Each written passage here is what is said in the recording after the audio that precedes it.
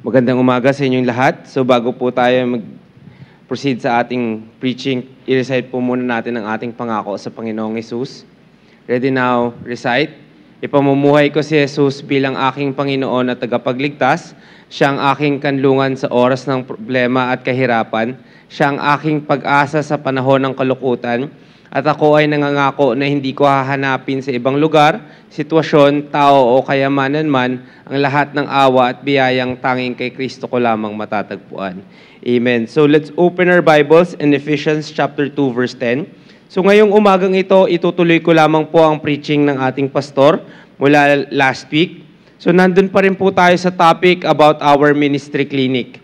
So alam ko po na bawat isa sa atin ay hindi lamang po niligtas ng Panginoon para tayo po ay pumunta sa simbahan, umupo at makinig ng preaching. Tayo po ay niligtas ng Panginoon para maglingkod para sa Kanya. So let's all read together Ephesians chapter 2 verse 10. Ready now, read. For we are His workmanship, created in Christ Jesus unto good works, which God hath before ordained that we should walk in them. So tayo po ay manalangin. Panginoon, salamat po sa inyo. Salamat, Panginoon, sa isang napakagandang araw na inyong ipinagkaloob sa amin. Salamat sa panibagong chance na kami po ay makakapakinig ng inyong salita. Kayo po ang magbukas ng aming puso at ng aming isipan sa inyong mensahe ngayong umagang ito, na pagkatapos po ng araw na ito ay mas mamahalin po namin kayo. Lahat ng ito ay inaalay po namin sa inyo. In Jesus' name we pray. Amen. Pwede na po kayo maupo. Magandang umaga po muli sa inyong lahat.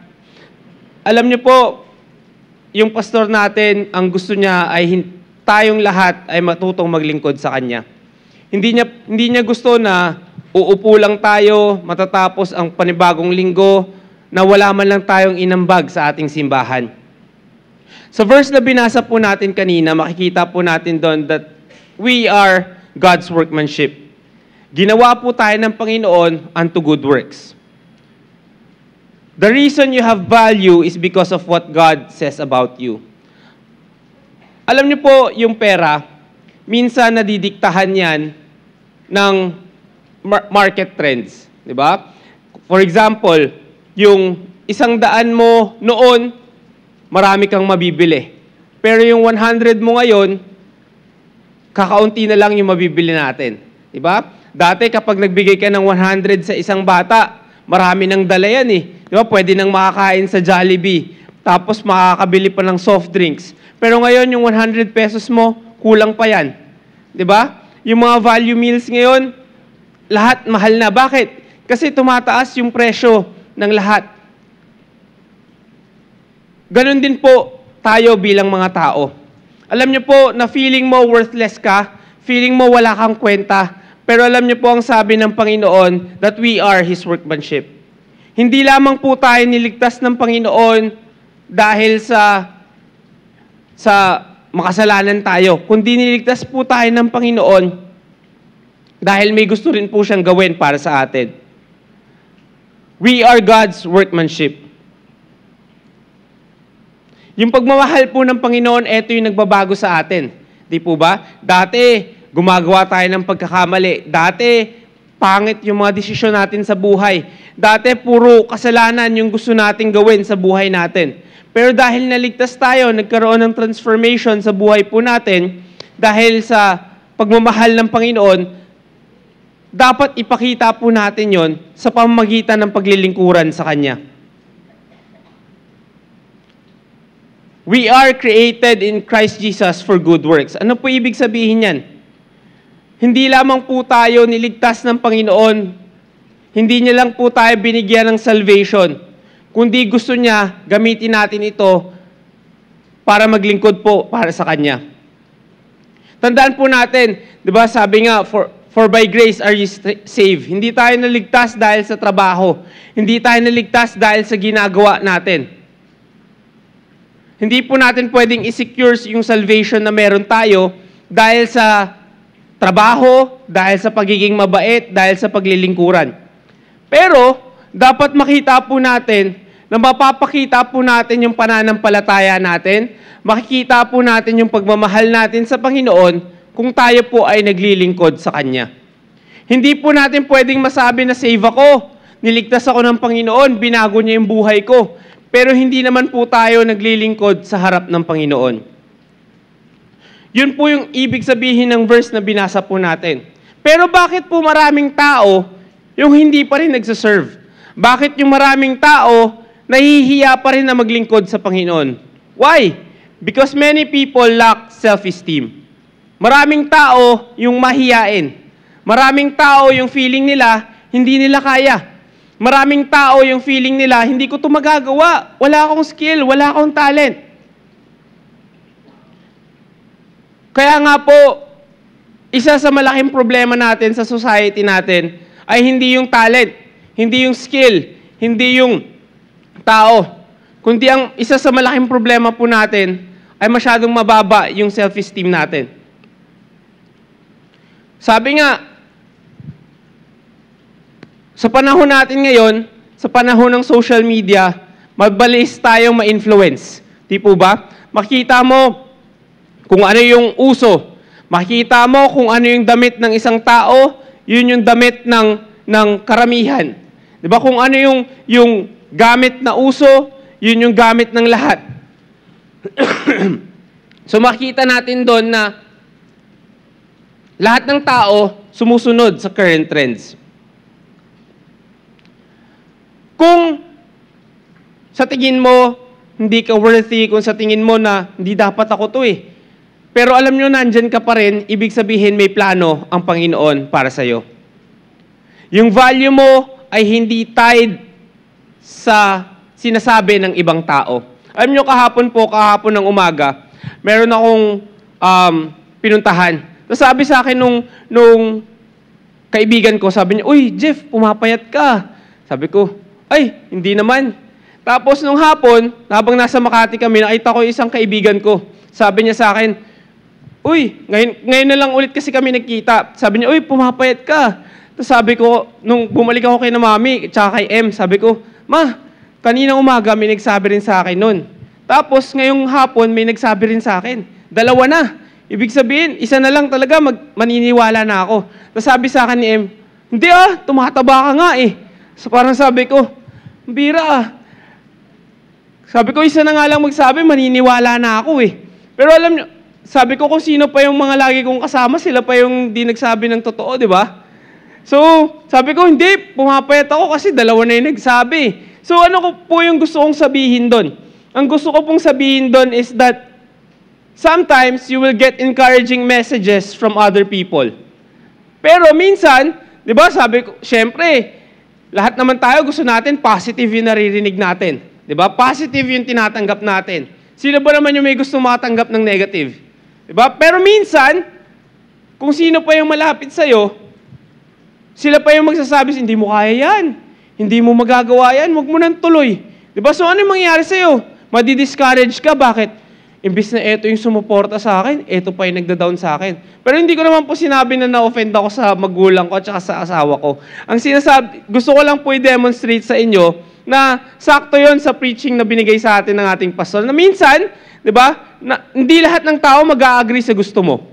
Hindi lahat ng tao, yung decision na gusto mo, yun yung pag-a-agreehan nila. Pero alam niyo po kung ano yung importante? Ang importante is yung sinasabi ng Panginoon para sa atin. Siguro hindi mo maiintindihan na, Lord, bakit ganyan? Bakit masama yung comment na naririnig ko? Huwag nating hayaan na yung isang masamang comment sumira sa magandang buhay po natin. Bakit? Dahil maraming tao, maraming sasabihin sa atin. Maraming tao, maraming i-comment sa'yo. Pero alam niyo po kung ano yung importante, kung ano yung sinasabi ng Panginoon sa buhay po natin. Hindi natin kailangan mag-agree sa lahat ng tao. Bakit? Kasi opinion po nila yan Di ba? Opinion-based ang mga tao. Pero ang Panginoon, ang nakikita niya sa atin is yung potential po na meron tayo. We live in a generation kung saan maraming buhay yung nasisira dahil sa comments.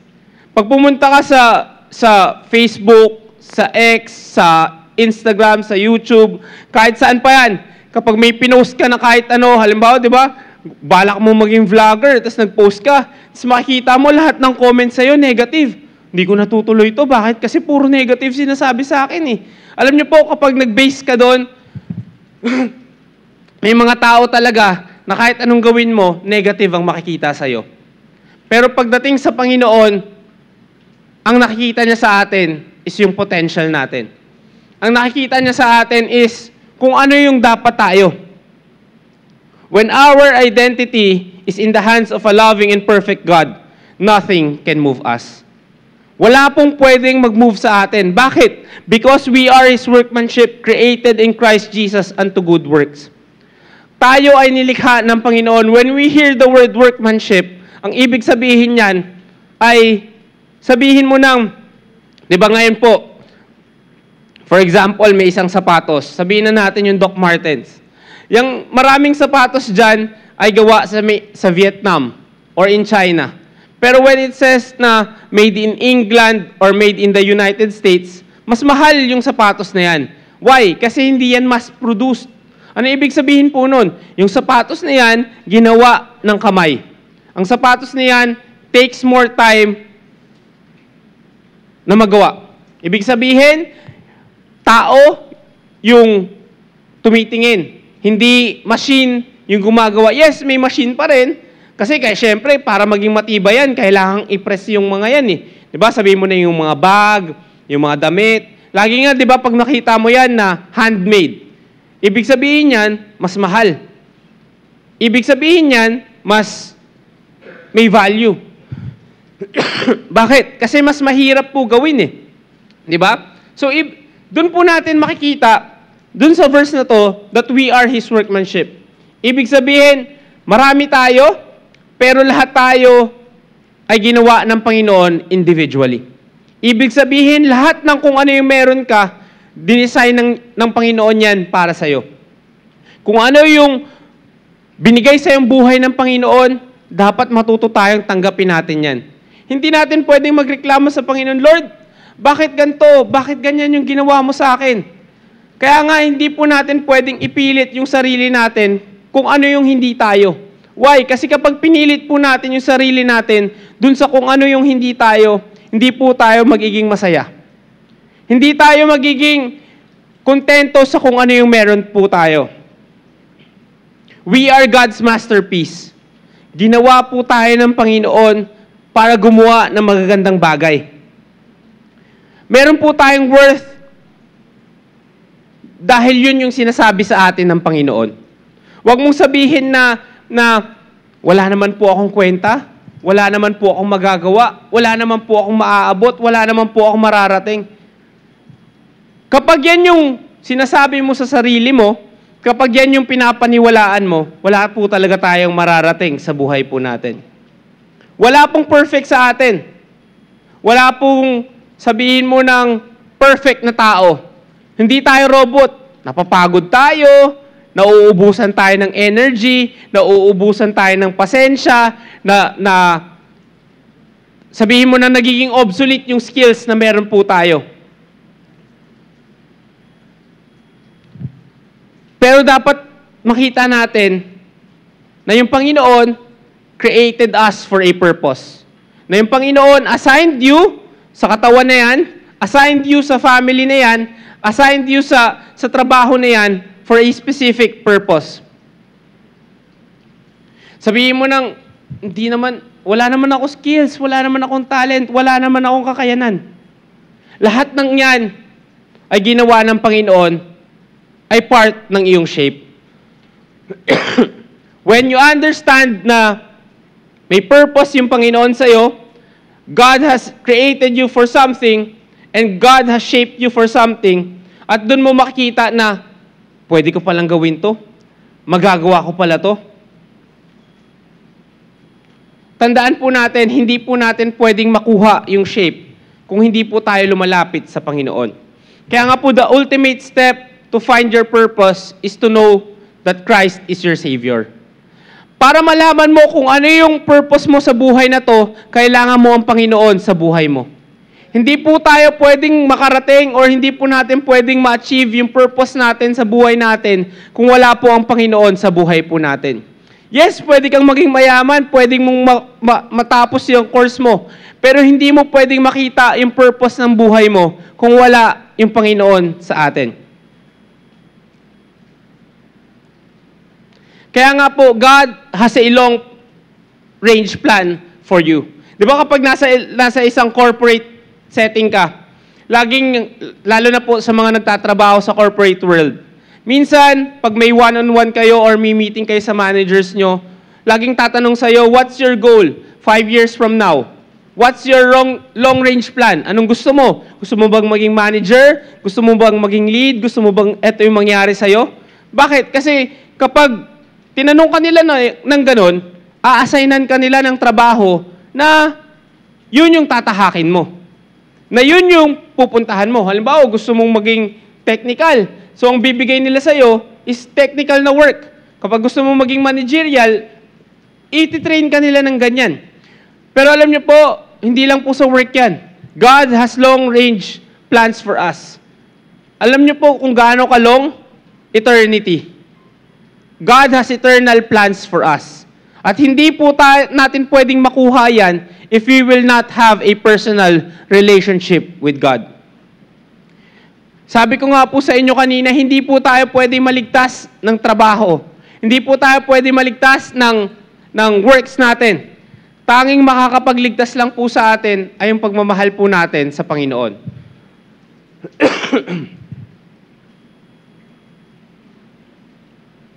Paano po natin malalaman kapag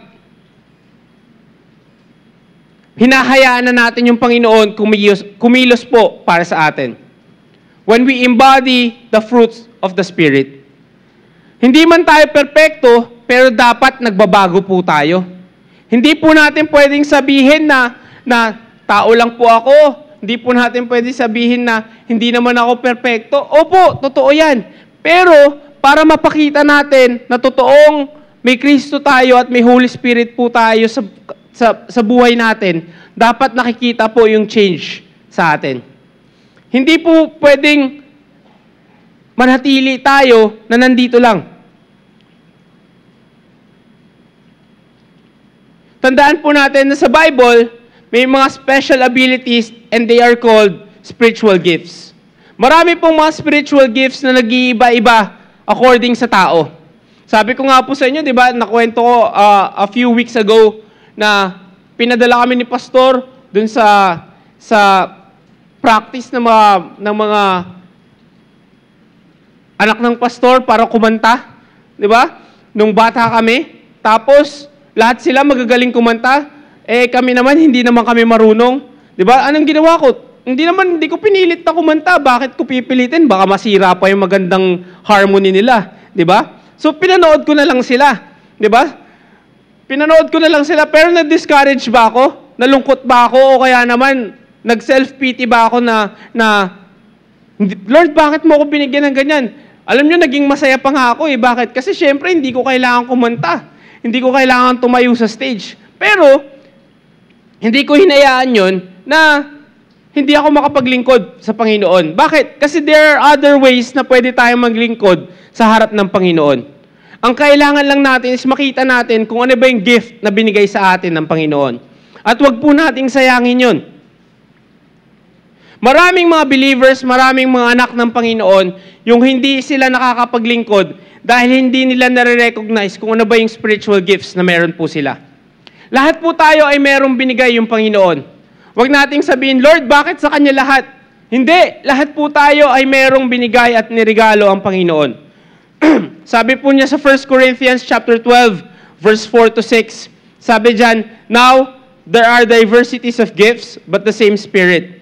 And there are differences of administrations, but the same Lord. And there are diversities of operations, but it is the same God which worketh all in all. Ano po ibig sabihin ng verse na ito? Ang ibig sabihin po nito is iba't iba yung gift na meron tayo. Iba't iba yung talents na meron tayo. Iba't iba yung binibigay sa atin ng Panginoon. Hindi lahat pare-parehas. Diba, hindi mo pwedeng sabihin, Lord, bakit siya magaling? Ba't ako hindi? E di hanapin natin kung saan tayo magaling at doon natin i-feel yung need ng ating simbahan. Kaya nga po tayo, sa church po natin, hindi dapat pare-pare. Alam niyo po, pagdating sa sports, sabihin mo na sa basketball, diba isa lang naman po yung bola na meron tayo. Kapag lahat ng tao gusto ng bola, hindi kayo mananalo. Bakit? Kasi lahat kayo gusto nyo lang tumira eh. Pero, kung gusto nating maging maayos yung team natin, kailangan may lahat, iba't iba yung ginagawa nila. Ganon din po sa isang company. Sa isang company, sabihin mo na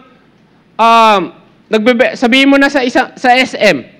For example, hindi lahat pwedeng security guard. 'Di ba? Sino magkaka-cashier? Sino magpapak? Sino maglalabas ng mga stocks? 'Di ba? Lahat sila may trabaho na ginagawa. Lahat sila may role na pina-perform. Ganon din po sa simbahan po natin. Lahat tayo, meron tayong pwedeng contribute. Hindi lahat pwedeng tumayo, pero yung iba pwedeng mag-pray. Hindi lahat pwedeng kumanta, pero yung iba pwedeng mag-usher. Merong diversities po ng gift, pero we have the same spirit. Kaya nga po, dapat ang tinitingnan natin, hindi yung pagalingan, hindi yung pataasan. Bakit po? Kasi lahat tayo binigyan ng Panginoon. Kaya we are working for the same Lord. At if we understand that we're working for the same Lord, ibig sabihin we have one goal. And that is to bring glory sa Panginoon. And if we understand na kaya ka nasa simbahan na to, hindi para i-demonstrate lang yung skills, yung talents na meron ka, doon natin makikita na hindi pala to talent portion. Alam niyo po, hindi talent portion ng pagdating sa simbahan.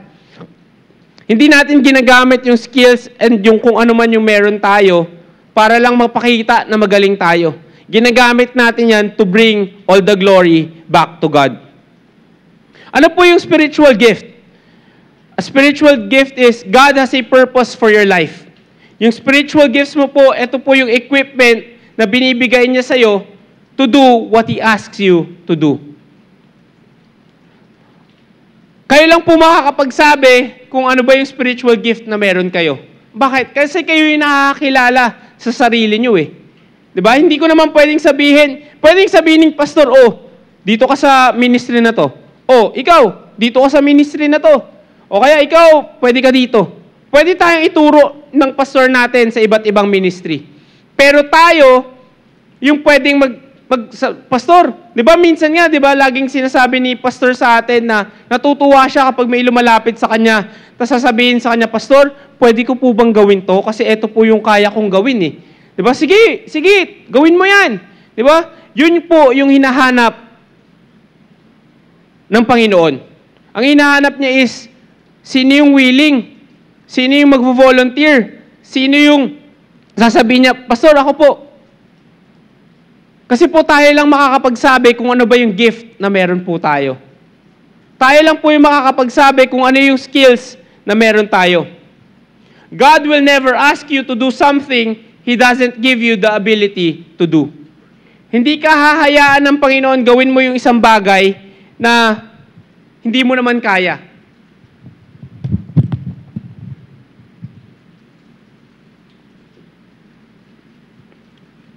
Nung tinanggap po natin yung Panginoon, hindi naman po tayo pinapili kung ano yung gifts na meron tayo.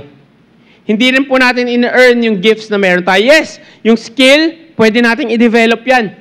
Diba? Kaya nga po, yung mga musicians natin, as we go along, diba, mas natitrain sila, mas nagiging maganda yung harmony ng pagtugtog nila, mas natututunan nilang magbasa ng notes. Bakit? Kasi meron silang gift tungkol dun eh. And then yung gift nila, na-enhance nila. Pero ikaw, kung wala naman tayong gift dun, kahit anong pilit mo, hindi mo talaga magagawa yan. Bakit? Kasi wala kang gift dyan eh. So ano yung kailangan natin gawin? Kailangan nating humanap kung saan ba tayo bagay. Tandaan po natin, wala pong tao na hindi ko kaya yan, hindi ko magagawa yan. Bakit? Lahat po tayo ay binigyan ng Panginoon ng skills at ng talents. Yung iba, they can have the gift of serving. Others naman has the gift of generosity. Yung iba, gifted as teachers. Yung iba naman, gifted as leaders. May iba't iba tayong mga gift. May iba't iba tayong mga kakayanan. Diba? For example, alam niyo po, yung pagtuturo sa bata, hindi po madaling skill yan eh. Di ba? Kailangan mo ng mahabang pasensya dyan. Di ba? For example, sa Sunday school. Para magturo ka sa Sunday school sa mga bata na makukulit, di ba? Sa mga bata na maiksi yung attention span, kailangan mo kunin yung attention nila. Kailangan mo kunin yung focus nila. At para magawa yan, it requires skill. It requires gift. Hindi mo magagawa yan kapag wala kang gift dyan. Di ba, maiinis ka dyan. Papagalitan mo lang sila, sisigawan mo lang sila. Bakit? Kasi mainit. Sabihin mo, hindi ko naman kaya to eh. E di, kung hindi natin kaya, maghanap tayo ng kung saan tayo pwede. Pwede tayong mag-serve. Pwede tayong maging generous. Pwede tayong maging teacher. Pwede tayong maging leader. Hanapin natin kung saan tayo pwede. Sabihin mo, hindi ko kaya lahat yan. E di maghanap ka kung ano yung kaya mo. Ano ba yung pwede mong gawin? Tandaan po natin sa pagdating sa gawain ng Panginoon, lahat pwede nating gawin. As long as it is bringing glory to God.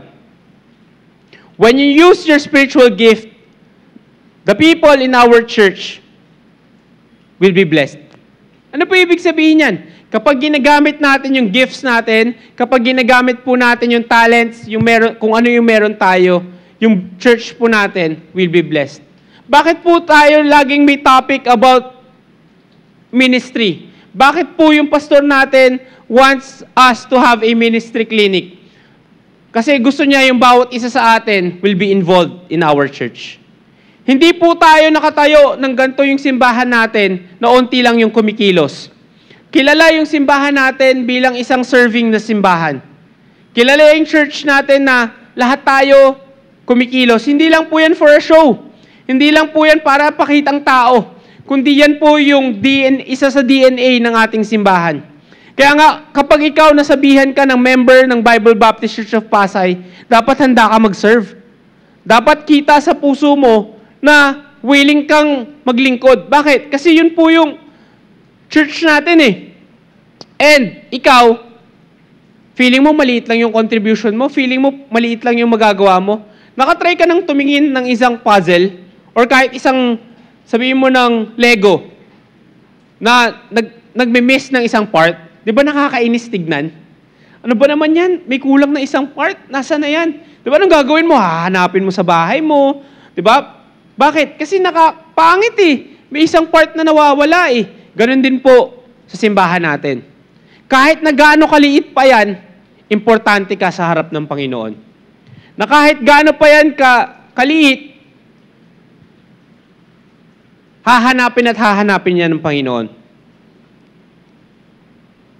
When we develop and use our spiritual gifts, we will get blessed. Kapag tayo po, dinevelop natin yung gifts na meron tayo, pagpapalain din po tayo ng Panginoon.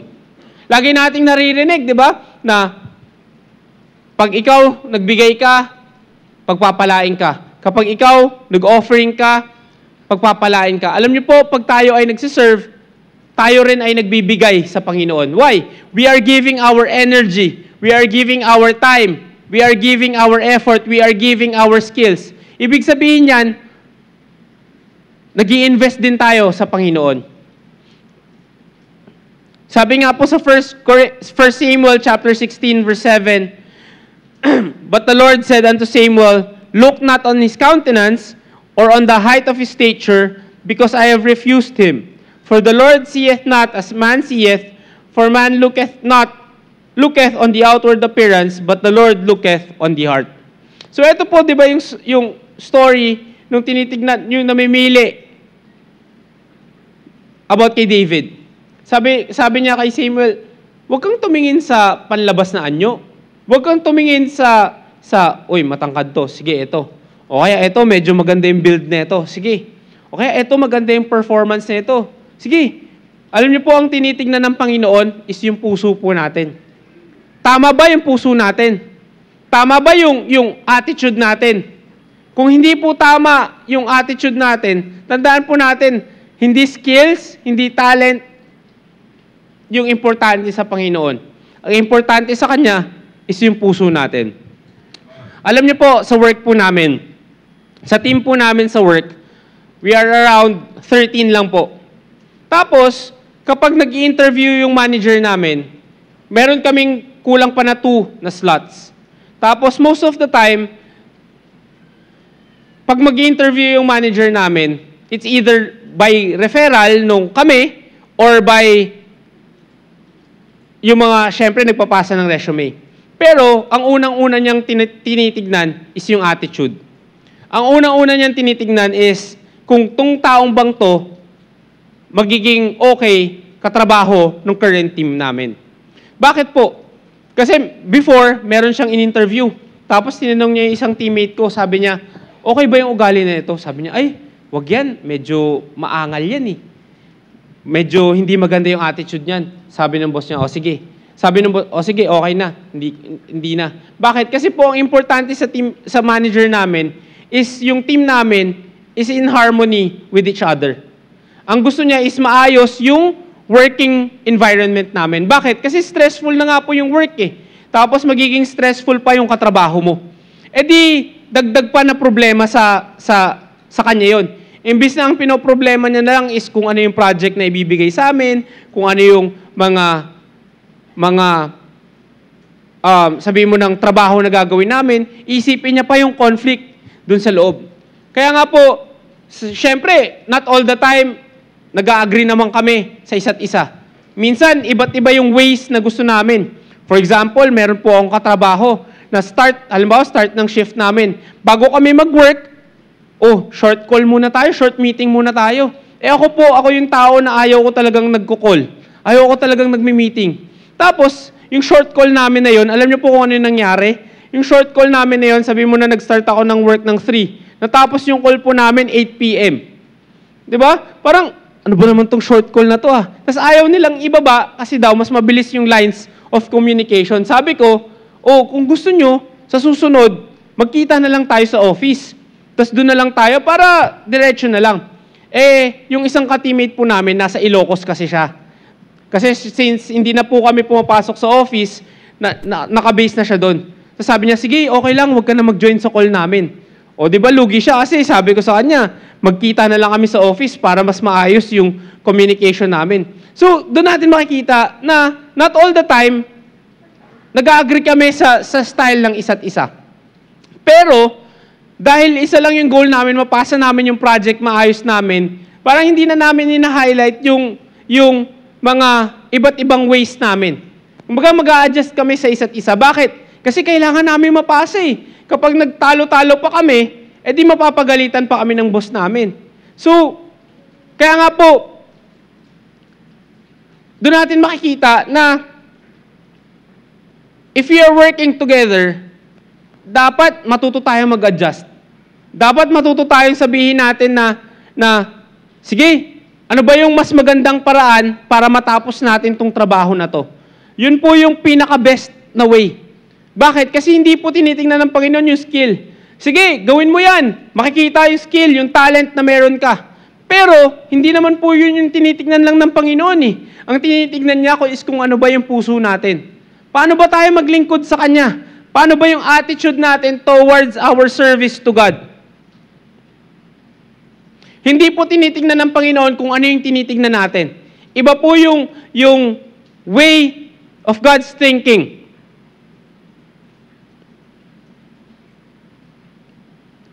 Ano po yung pagtingin ng Panginoon? Ang tinitingnan niya sa atin is, are we doing it to give God glory? Or ginagawa mo yan para maangat ka? Tandaan po natin, if we want to give God glory, dapat matuto po tayong gamitin yung gifts natin ng tama. Sabi nga po sa 1 Corinthians chapter 12, verse 14 to 20, for the body is not one member, but many. If the foot shall say, because I am not the hand, I am not of the body, is it therefore not of the body? And if the ear shall say, because I am not the eye, I am not of the body, is it therefore not of the body? If the whole body were an eye, where were the hearing? If the whole were hearing, where were the smelling? But now hath God set the members, every one of them in the body, as it hath pleased him. And if they were all one member, where were the body? But now are they many members, but one body. So dito po, makikita natin na lahat tayo, we have different functions. Tayo bilang isang simbahan, yung iba pwedeng kamay, yung iba pwedeng utak, yung iba pwede sila yung eyes, sila yung ears. Hindi pwedeng puro tingin ka lang, tapos wala naman tayong pang-amoy. Di ba? Di ba, naalala niyo po nung merong rampant pa yung COVID na virus. Isa sa pinaka significant na effect nun is nawawalan ka ng panlasa. 'Di ba? So, o kaya kahit naman may common na flu ka lang, 'di ba? Lalo na pag malala yung sipon mo. Tapos wala kang panlasa. Kahit na gaano kasarap yung pagkain na nasa harap mo, kung wala kang panlasa, wala lang rin, 'di ba? Hindi ka mag-e-enjoy sa pagkain mo. Bakit? Kasi wala kang panlasa eh. Hindi mo ma-enjoy yung pagkain na yan. Ganon din po tayo sa katawan ng Panginoon. Ganon din po tayo sa ating simbahan. May iba't iba po tayong function. May iba't iba po tayong dapat na ginagawa. At kapag hindi po natin ginawa yan, hindi po magiging maayos yung katawan ng Panginoon. So what is the point of this verse? Ang point po nito is, you are needed. Kailangan ka sa simbahan na to. You are needed in your church. Huwag mong sabihin na, wala naman po akong kwenta eh. Wala naman po akong magagawa eh. Wala naman po akong kayang i-contribute. Kung hindi ka na kailangan sa simbahan na to, hindi ka na ginawa ng Panginoon. Kung hindi ka na kailangan, siguro wala ka na ngayon dito. Pero kung nandito ka pa ngayong umagang ito, it means God has a plan for you. It means kailangan ka pa ng Panginoon. Dinala ka dito ng Panginoon to make a contribution with your life. Sabi ko nga po sa inyo, 'di ba? Not all can preach. Not all can teach. Not all can stand. Not all can go out and conduct Bible studies. Pero malamit po tayo na pwedeng i-contribute sa ating simbahan. Alam niyo po, nung binalik ng ating pastor yung prayer ng mga church staff every Saturday, nung sinabi niya na ibabalik yan, alam niyo po, we made it a point, kami ni M na, kasi syempre every Saturday, umaalis kami, tas gabi na kami makakabalik. Pero alam niyo po, we made it a point na pag 8 p.m., nandito na kami. Tapos, sasama na kami doon. Alam niyo po kung bakit? Kasi sabi ko na, syempre, kailangan in our own way, pwede tayo makapag-contribute sa simbahan na to. Why? Kasi yung prayer is such a malaking tool na pwede natin gamitin. Bakit? Kasi po, yung prayer, ito yung isa sa ministry na kahit sino ka, kahit wala kang skill, pwede mong mabigay sa Panginoon.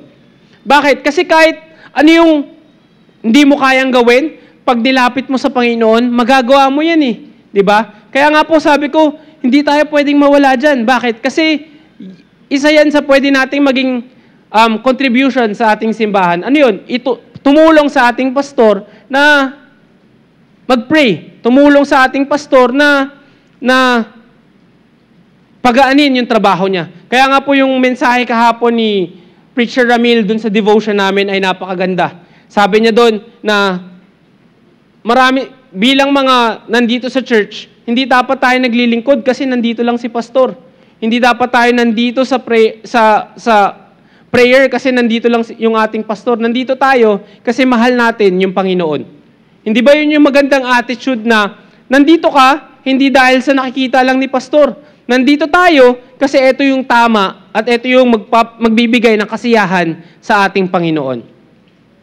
So, doon sa mga maliliit na bagay na yan, pwede nating mapakita na, Lord, wala man akong skill, wala man akong talent, pero pwede kong mag-contribute sa simbahan na to.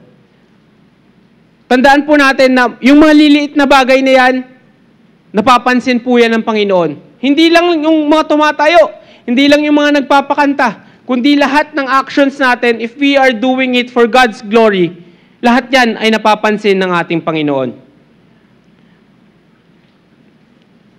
We are valuable to God.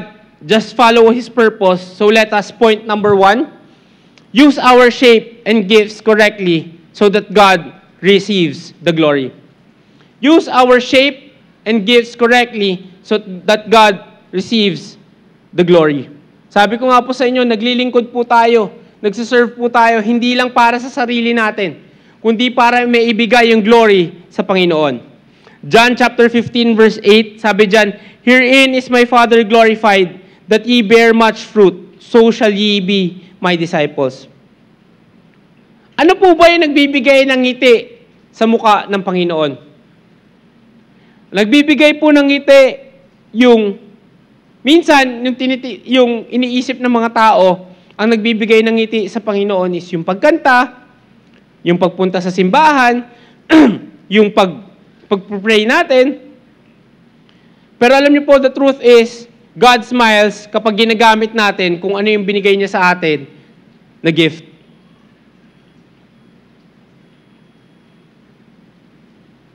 Sabi dun sa verse na binasa natin, di ba? "Herein is my Father glorified, that ye bear much fruit, so shall ye be my disciples." When you produce much fruit, tayo ay disciple ng Panginoon. Ito pong verse na to, ginagamit natin ito pagdating sa soul winning. Pagdating sa pagdadala ng kaluluwa sa Panginoon.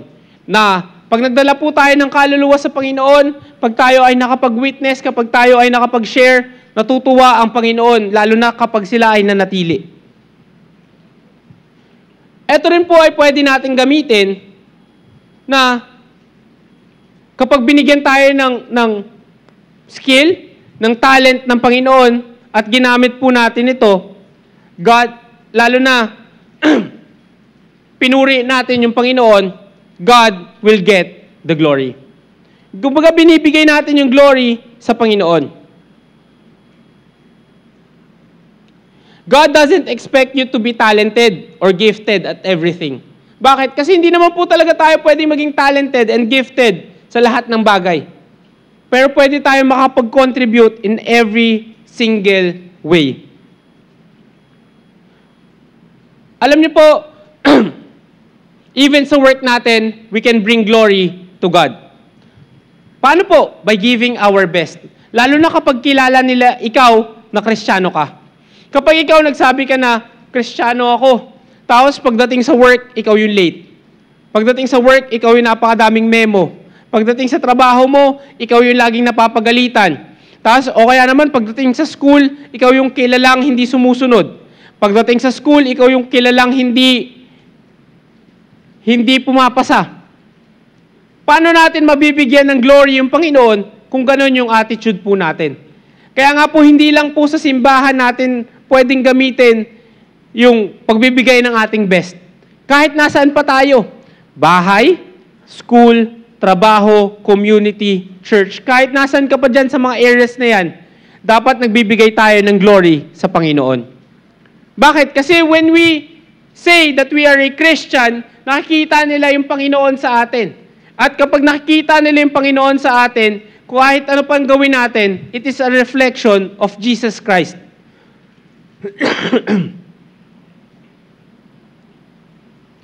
Tandaan po natin that God gives us gifts. Maraming tao, yung maraming binigyan ng Panginoon ng iba't ibang mga regalo. Diba dun nga po sa verse na binasa natin kanina, sa 1 Corinthians chapter 12, verse 4 to 6, merong diversities of gifts, pero under one Spirit, and that is God. Ano po yung statement na to? Yung statement na to is that there is only one source of all the gifts and talents na pinoposes po natin. At ito po yung Panginoon. They all come from God. They are truly God-given. Huwag po nating kalimutan yan. Sabihin mong, dinevelop ko to eh. Ginawa, kumbaga, nag-exert ako ng effort. Oo, totoo yan. Pero, kung hindi ka binigyan ng Panginoon ng gift na yan, kahit na anong effort mo,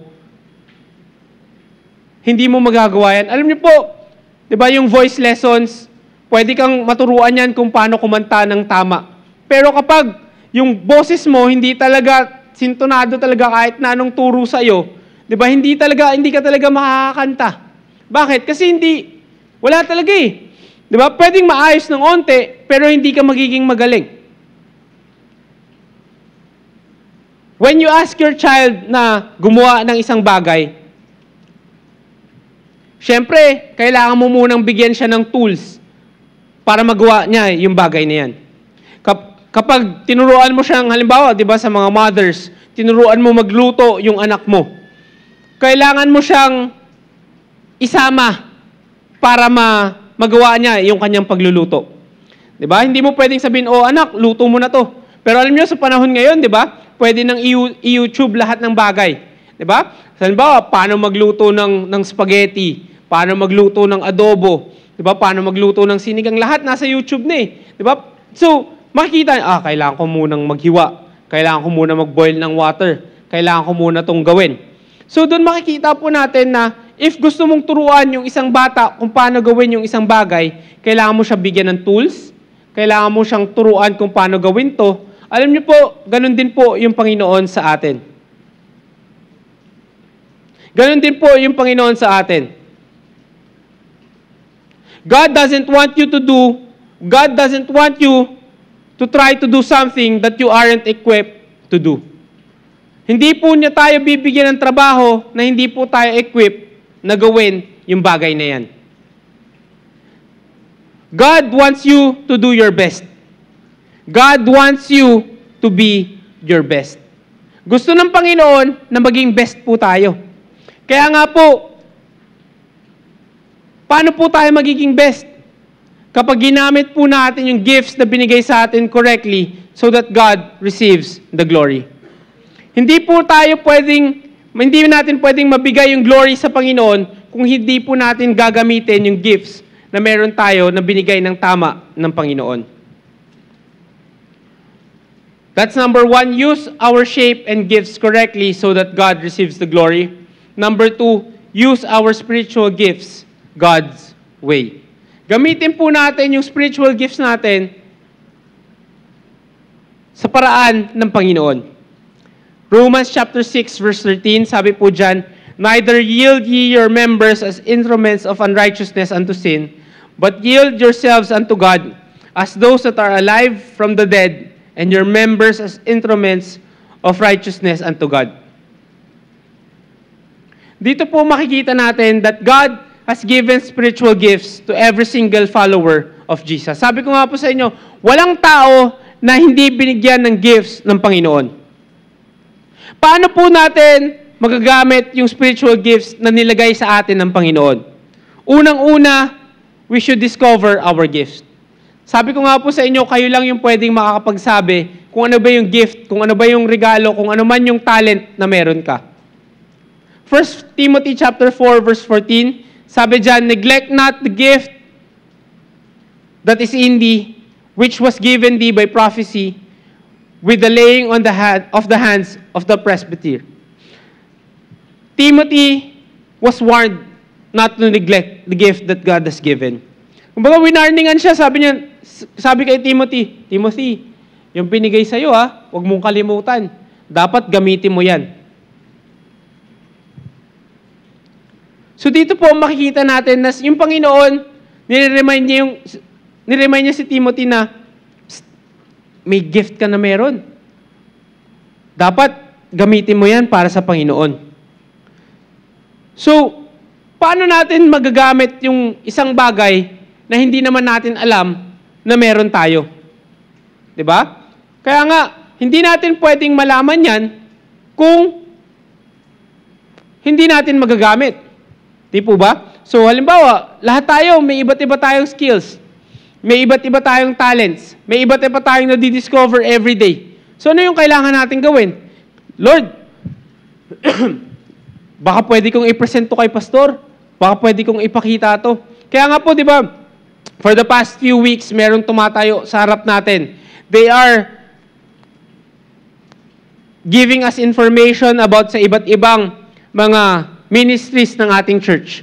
Napakadami pong ministry ng ating simbahan. And then sa class 301 po natin, di ba nandun din po yung discovering our ministry. Bakit? Kasi gusto natin na yung bawat isa sa atin makita kung ano yung gift na meron ka. Doon makikita mo doon sa sa class na yan, kung ano ba yung skill na meron ka, kung ano yung talent na meron ka, kung ano yung kaya mong gawin. Di ba? Doon mo makikita kung saan ka pwede, kung ano yung pwede mong i-contribute sa church na to. Kahit na ano pa yan, dapat gamitin po natin. And then next is we dedicate our gift to God. Una, pag nakita mo na yung gift na meron ka, you dedicate your gift to God. Give yourselves completely to God. Sabi dun sa verse na binasa natin sa Romans chapter 6 verse 13, sabi diyan, but yield yourselves unto God. In other words, ang ibig sabihin po niyan is, give yourselves completely to God. Bakit? As those that are alive from the dead, and your members as instruments of righteousness unto God. Bakit? Kasi dati, papunta ka sa impyerno. Dati, walang patutunguhan yung buhay mo. Pero, dahil mahal ka na ng Panginoon, you have been given a new life. Ibig sabihin, binayaran ng Panginoon yung buhay mo. Binigyan niya na ng sagot yung kabayaran ng kasalanan na dapat tayo nagbayad. So, ano yung pwede nating magawa para sa Panginoon? We should give ourselves to God. Alam niyo po, ito yung constant reminder lagi sa amin ni Pastor Joey. Nasabi niya, alam mo, nung bata pa kayo, dinedicate namin kayo ng nanay mo sa Panginoon. Kaya dapat magpagamit ka sa kalooban ng Panginoon. Bakit? Kasi dinedicate ka eh. So, ibig sabihin, kailangan mong gamitin, kailangan mo, kung ano man yung meron ka, gamitin mo para sa Panginoon. Kaya nga po, di ba lagi kong sinasabi na yung church lagi yung nauuna. Bakit? Kasi dinedicate kami dyan eh. Kumbaga, yan na yung buhay namin eh. So, hindi ko pwedeng unahin yung personal ko, kung ano man yung kagustuhan ko, kung ano man yung plans ko. Di ba? Alam nyo nga po, di ba, nagkaroon kami ng trip last month, 2 weeks ago. Tapos, sabi ko sa manager ko, 1 week lang kami.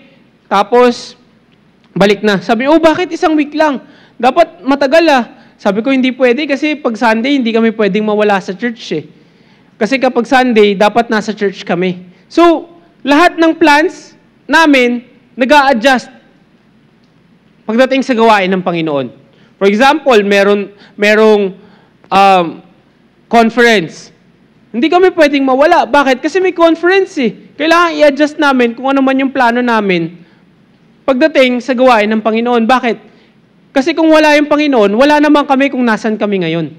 Kung wala yung grace, kumbaga, kung wala yung grace ng Panginoon, hindi naman namin mararating kung ano yung meron kami. Diba? Alam nyo nga, ang malungkot nga ngayon, diba? Lahat ng holidays, kapag tinignan mo mula nung start ng January hanggang ngayon, Wednesday. Napansin nyo ba yon? Na lahat ng holiday, Wednesday. Siyempre, gusto namin umalis. Gusto namin pumunta kung saan-saan. Pero dahil Wednesday, hindi ka pwedeng umalis. Bakit? Kasi may prayer meeting eh. May simba eh. Diba? So, kailangan, ano ba naman yan? Lord, ba't naman ganun? Ba't mo tinaon ng may simba? Pero, mahirap ba na desisyon yon? Hindi po. Bakit? Kasi lagi nating makita na if you dedicate sa Panginoon, yourself to God, ang uunahin mo lagi is kung ano yung kalooban ng Panginoon. Ano ba yung kalooban ng Panginoon? Kapag may pananambahan, dapat nasa loob ka ng simbahan. Ganun lang naman po kadali yung mga decision sa buhay. Hindi na dapat natin i-overcomplicate yung mga bagay.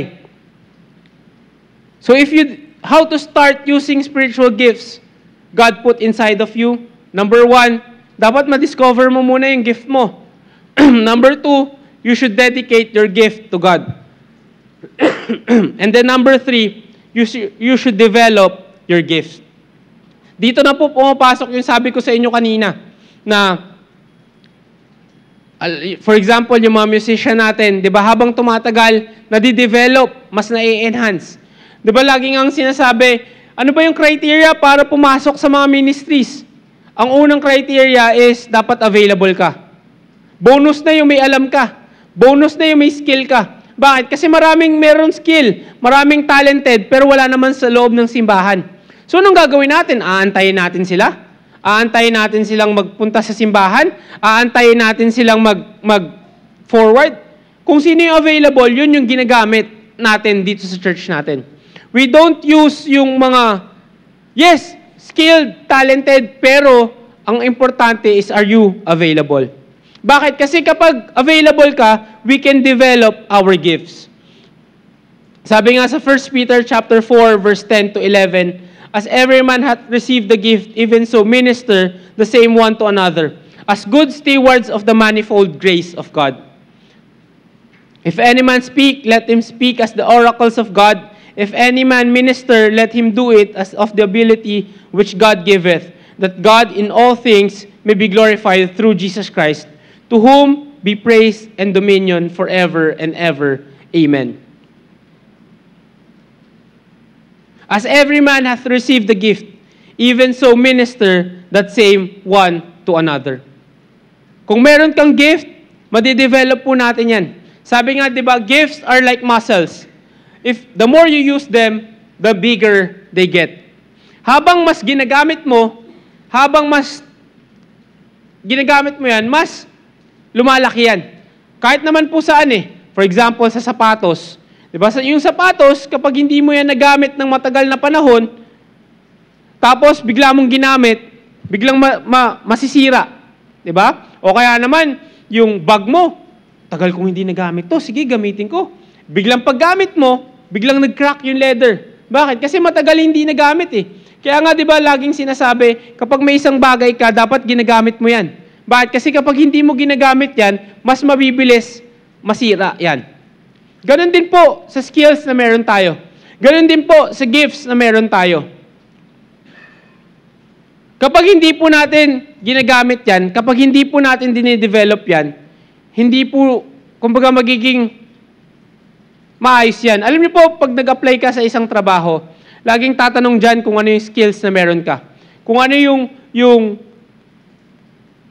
kaya mong gawin. Pero most of the time, pag pumunta ka sa isang trabaho, not all the time, lalo na kapag sa corporate, hindi naman laging nasa resume, kaya mong gawin eh. Diba? Minsan yung mga nagsusulat sa resume, ano lang eh, para lang masabing kayang gawin nila eh. Diba? Tapos pagdating dun sa trabaho, hindi pa naman pala nila kaya gawin. Diba? Ang hirap pala nito, hindi ko to kaya gawin ah. Pero, habang tumatagal, mas nagagawa at kaya mo nang gawin. Bakit? Kasi nadidevelop mo eh. Diba? Napapractice mo eh. So, ganun din po tayo. Sa ministry, habang tumatagal, dapat mas gumagaling tayo. Dapat mas umaayos yung paglilingkuran po natin. Next is we should deploy our spiritual gifts. Una, discover. Number 2, dedicate. Number 3, develop. Number 4 is we should deploy our spiritual gifts.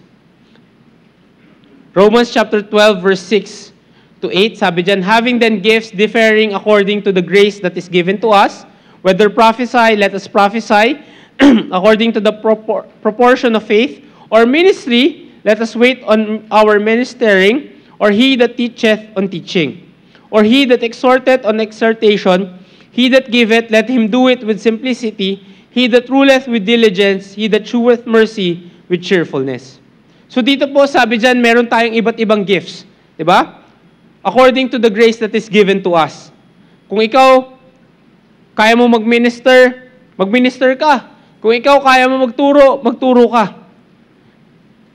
Pero ano lang yung isang point dito? The point of this is that we should deploy our spiritual gifts. Ano po ibig sabihin ng deploy? Deploy means to put into service. Ibig sabihin ng deploy is that i-launch mo, gamitin mo. You should start doing something. Pwede mong simulan sa small group, pwede mong simulan sa maliit na bagay, and then as we go along, mas lumalaki yung ministry na meron ka. So we should use our spiritual gifts God's way. Alam niyo po yung kanta ng His Eye is on the Sparrow. Diba? Isa to sa isang napakagandang kanta. Huwag po kayo mag-alala, hindi po ako kakanta. Gusto ko lang po i-share sa inyo yung ibig sabihin ng kanta na to. Diba? So alam niyo po, yung isa sa pinaka-famous singer ng, syempre yung mga Christian songs, may iba't ibang nagre-render ng mga kanta na yan. Diba? Pero kapag sinearch mo yung His Eye on the Sparrow, yung isa sa pinakasikat na kumanta niyan is si Mahalia Jackson. Isa siyang renowned na gospel singer. Tapos, kilalang kilala po siya during her time.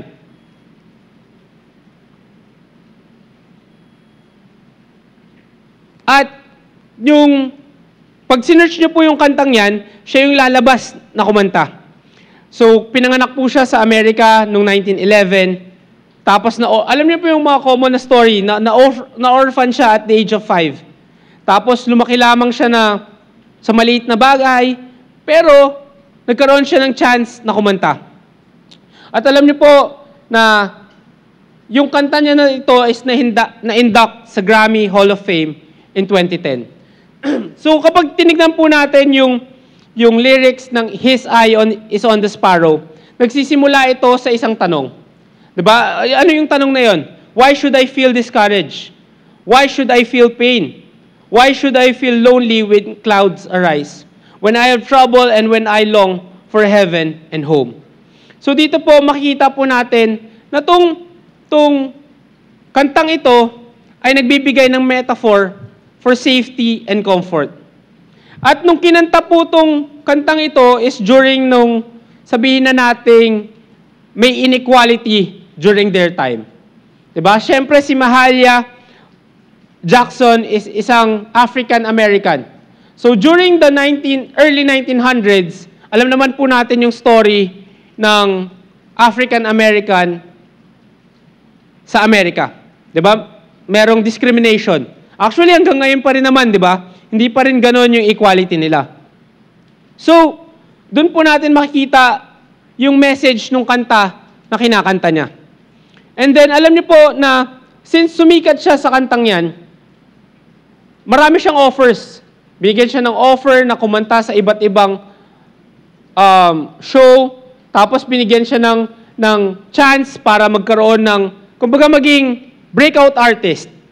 Pero alam niyo po kung ano yung decision niya? Ayoko. Bakit? Gusto ko kumakanta lang ako ng hymnals para sa Panginoon. Gusto ko ginagamit ko yung gifts ko para sa Panginoon. Siya yung unang official soloist of the National Baptist Convention and performed on stages throughout the world.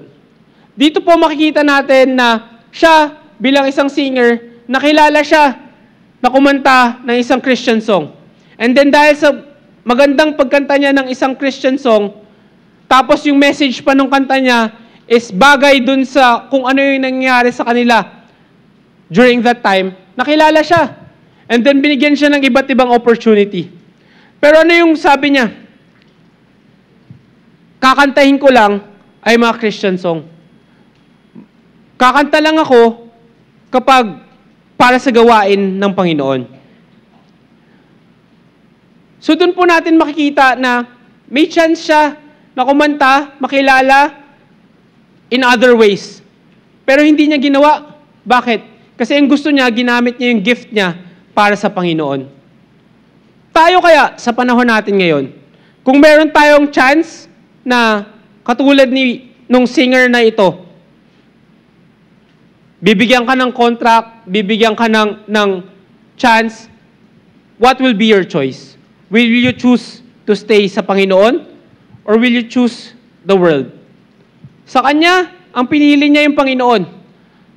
Ano kinahantungan niya? Siguro mas marami siyang pera na makukuha if he choose the world. If she chose the world. Pero pinili niya yung Panginoon eh. So ano yung nangyari? Naging Grammy Hall of Fame siya noong 2010. So doon natin makikita na hindi man niya pinili yung sanlibutan, pero still, God gave what she deserved. Pinili niya yung Panginoon. She chose God. May talent, may skill, pero pinili niya maglingkod sa Panginoon. She wasn't afraid to use her status as a gospel star para mag-speak out. Para gamitin yung voice na meron siya para ibahagi yung salita ng Panginoon.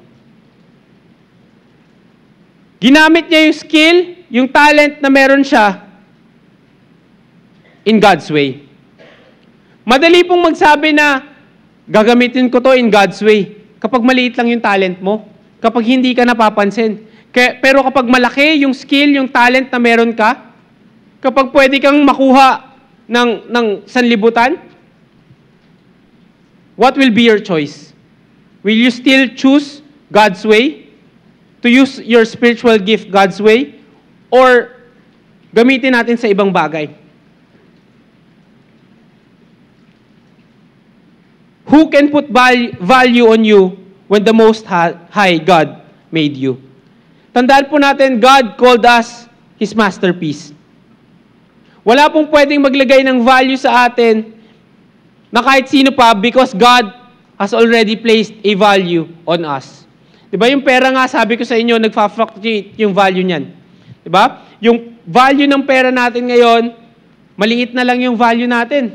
Diba? Yung 1,000 mo, pag nag-grocery ka ng 1,000, onti na lang mabibili mo eh. Diba? 500 mo nga dati, kung ano-ano pa pwede mo magawa dyan eh. Pero yung 500 mo, kapag lumabas ka, diba kulang na yan eh.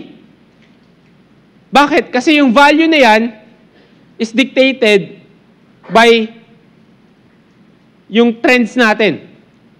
Pero yung value na meron ka, hindi mawawala yan. As long as God has already placed a value sa'yo. Tandaan po natin na binili na po tayo. Binayaran na po tayo ng Panginoon. Despite our faults, God still loves us. Why? Because God made us. Sabi nga sa Romans chapter 5 verse 8, di ba? But God commended His love toward us. Nang kahit na tayo pa ay makasalanan, siya ay namatay na para sa atin. Na, imbis na tayo magbayad ng kasalanan, siya na yung nagbayad ng kasalanan natin. Kaya nga po, wag nating hayaan na yung mga mistakes natin, i-define kung ano yung value na meron yung Panginoon para sa atin. Yes, meron tayong pagkakamali, meron tayong pagkukulang, pero wag po tayong manatili dyan. Wag po nating hayaan na yung mga mistakes natin, i-define kung sino po tayo. You will find satisfaction by being the person God created you to be. Wag natin baguhin yung sarili natin dahil nakita natin, ganito yung ginawa niya, ganito yung meron siya. Wag nating ipilit yung sarili natin sa shape na hindi tayo. 'Di ba? Sabi ko nga po sa inyo, 'di ba yung mga toys ng bata, yung pinapasok yung mga shape, yung triangle, yung circle, yung square, kapag kahit anong pilit mo, hindi mo mapapasok yan. Di ba? Masisira mo na yung laruan, hindi mo pa napapasok yung shape. Ganon din po tayo sa ating buhay. Hanapin po natin yung shape natin. Hanapin po natin kung ano yung pwedeng gawin natin. At doon po natin makikita yung blessing ng Panginoon. Will you choose to live God's version of your life? Have you taken advantage of God's grace and mercy to make your life right before God? Are you living your life to the fullest? Paano po natin magiging masusulit yung buhay po natin? If we are doing what God wants us to do in our life. Gamitin natin yung gifts, yung talents, yung abilities natin para sa Panginoon. Tayo po'y tumayo lahat at tayo po'y manalangin. Let's pray. Panginoon, salamat po sa inyo. Salamat, Panginoon, sa blessings na inyong binigay sa amin. Thank you, Lord, for giving us this wonderful message na kailangan po naming hanapin yung shape na meron kami para kami po'y makapaglingkod sa inyo. Panginoon, hindi po namin ito kaya kung sa sarili lamang po namin. Kaya nga, ngayong umagang ito, mga kapatid, lumapit po tayo sa ating altar at sabihin natin, Panginoon, patawad kung hindi ko po nagamit yung kung ano man yung meron ako sa harapan nyo. Kaya mga kapatid, the altar is open for us. Lumapit po tayo sa altar at tayo po'y manalangin sa Panginoon.